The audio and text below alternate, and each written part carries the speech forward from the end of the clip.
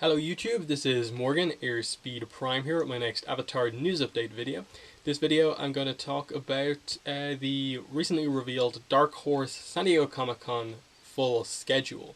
So what this means is that basically now we know where to look to get the information that will come from San Diego Comic-Con. But as I'll get into, I think there's only really one or two things from this whole schedule that we really need to focus on.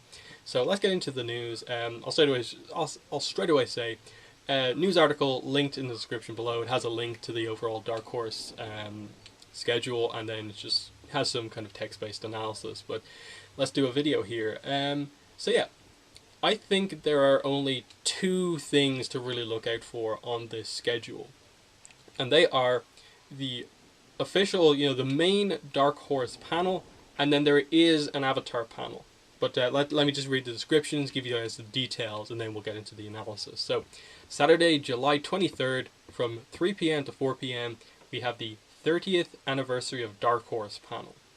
Here's the description. It says, 30 years ago, Dark Horse arrived with an agenda different from that of any other comic publisher in comics.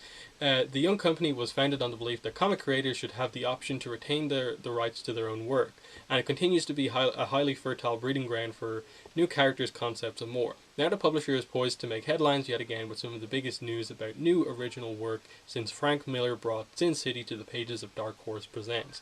Join panelists for an exclusive look at the upcoming and unannounced creator-owned work from some of the biggest names in and outside of the industry. This will be the comics panel everyone will be talking about at this year's show. The Avatar panel, Sunday, July 24th, 12 to 1 p.m., Avatar The Last Airbender, Spotlight on Gene Yang. That's the name of the panel. The description is short. It just says, please come celebrate Nickelodeon's Avatar The Last Airbender with the brilliant mind of Eisner winner Gene Luen Yang and special guest. Anything from discussing past storylines to teasing the future will be on the table at a panel full of surprises and behind-the-scenes stories.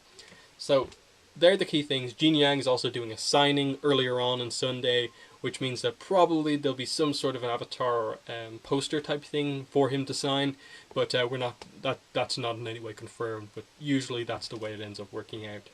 If there is someone Avatar signing, there's probably something Avatar for them to sign. But it could just be books on sale that he signs. We don't really know.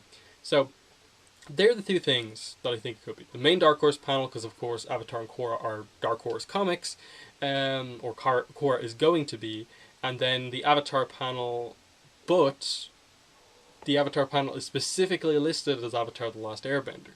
So let's talk about the main Dark Horse panel. I'm very much doubting we will get news from that one, purely because of the way they talk all the time about creator-owned work, original work. That seems to be what they're kind of going down on in terms of their main panel, that they're focusing completely on this idea of these original IPs unique to Dark Horse that creators are making. They're keeping their own license, and that's what they're focusing on. I don't think that means that the panel will be 100% focused on that, and we could get an announcement because of that, because they say, in and outside of the industry. I don't really know, but most of this description, for me, leads me away from focusing on this Dark Horse panel. I will, of course, still give it a look when the panel's taking place and like what's being said about it and what news comes out of it, but I really don't think they're going to focus on, to touch on Avatar or Korra comics at this one. The big thing to talk about, though, is this Avatar panel. This is the most surprising way they could have done this, kind of having an Avatar panel. Most people, I think, were expecting, including myself, if they had a specific panel, it would be a Korra comic panel, and they would promote it as that.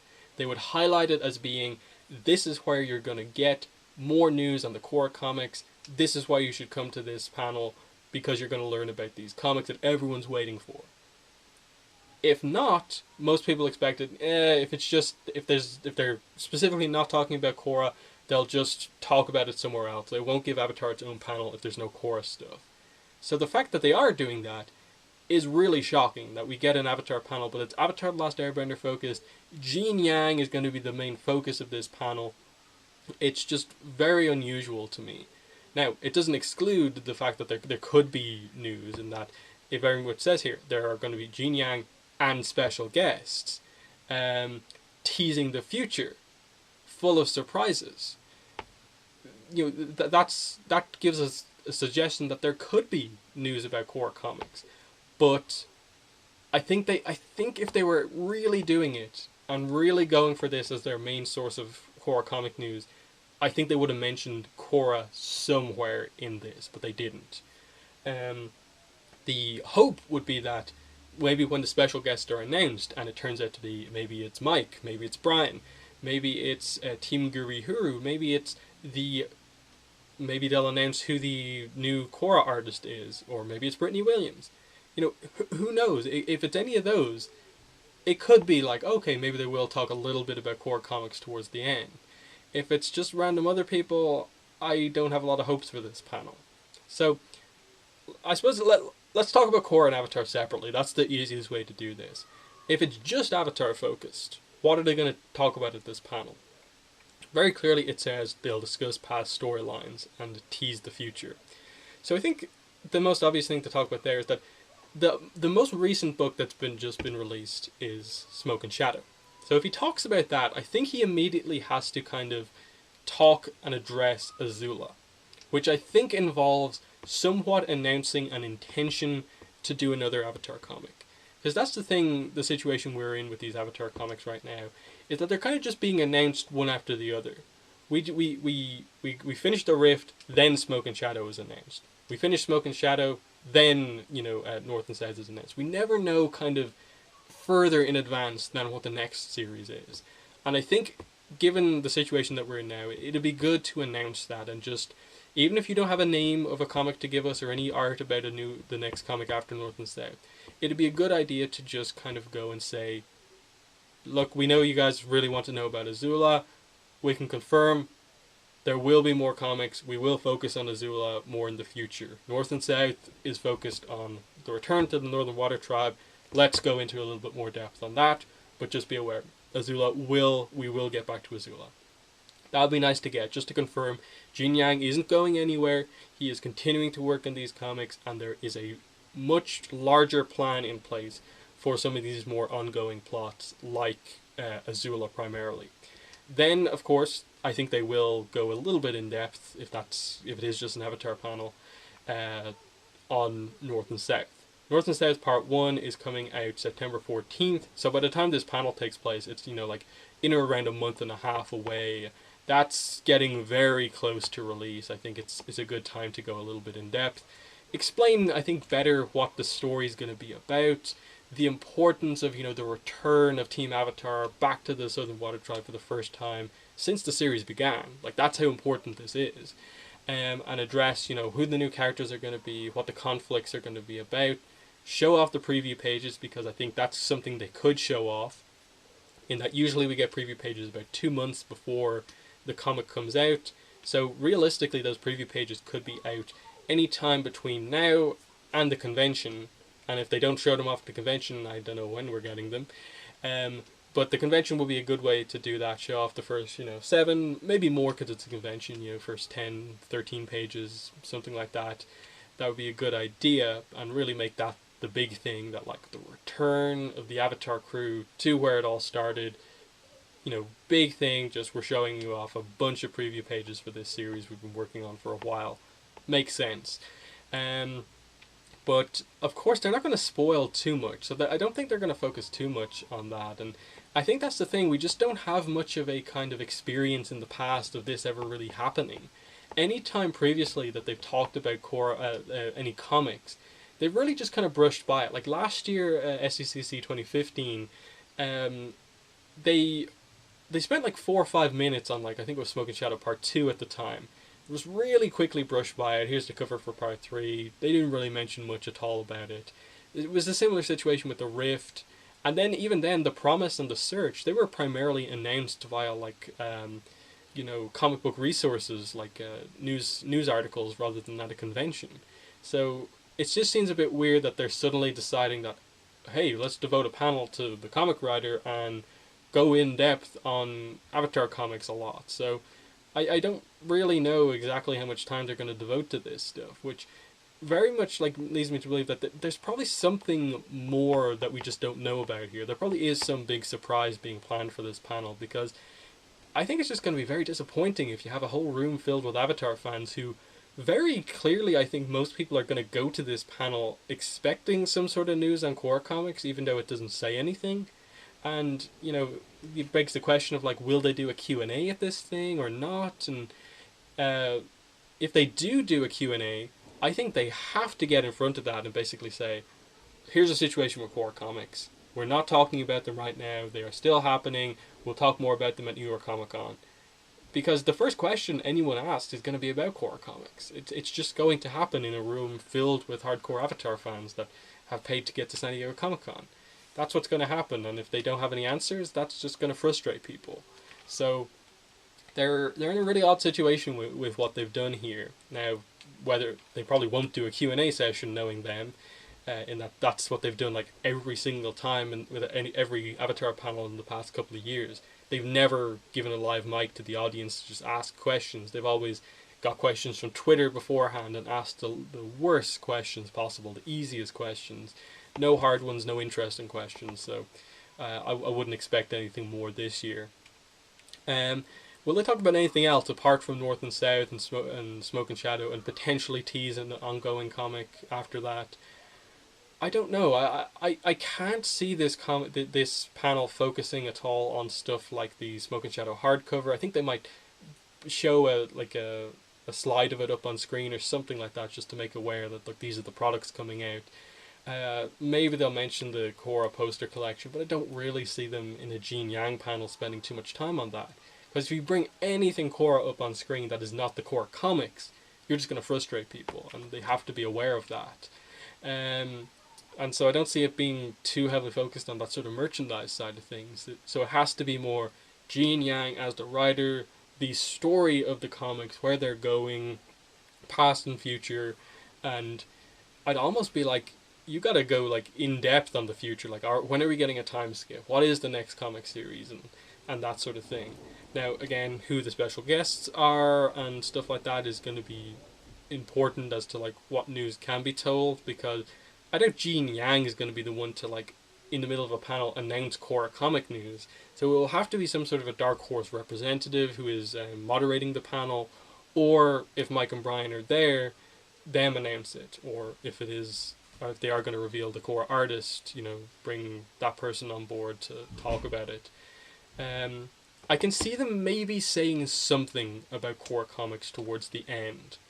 I'm very, you know, pessimistic at this point in time about Korra comics at SDCC. I really don't think we're going to get much, if anything.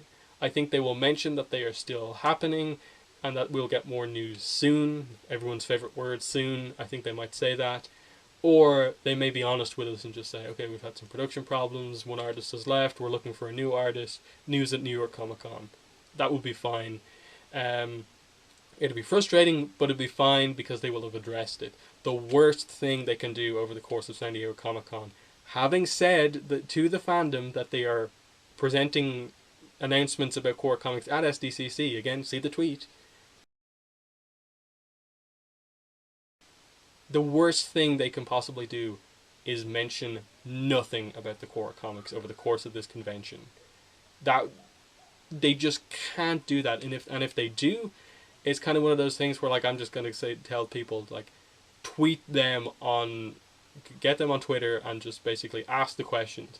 What happened about Korra comic announcement at SDCC?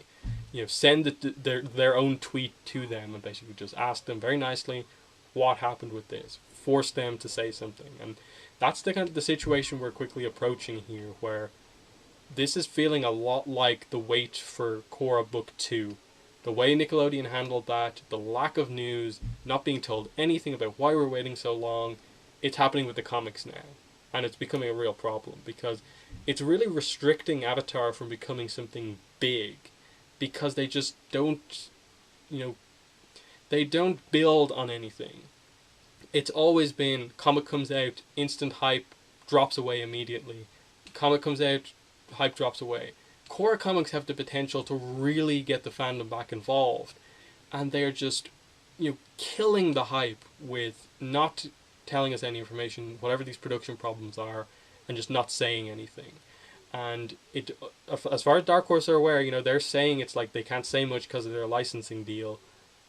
They have to say something because it's really going to affect, I think, popularity, interest in Korra comics going forward, and so they have to say something in my mind, even if the panel is going to be focused on Avatar stuff. So, in summary, I think overall this is a kind of disappointing announcement in that, I still think the Avatar panel could be really good, depending on if they actually go in depth and really go for Avatar news.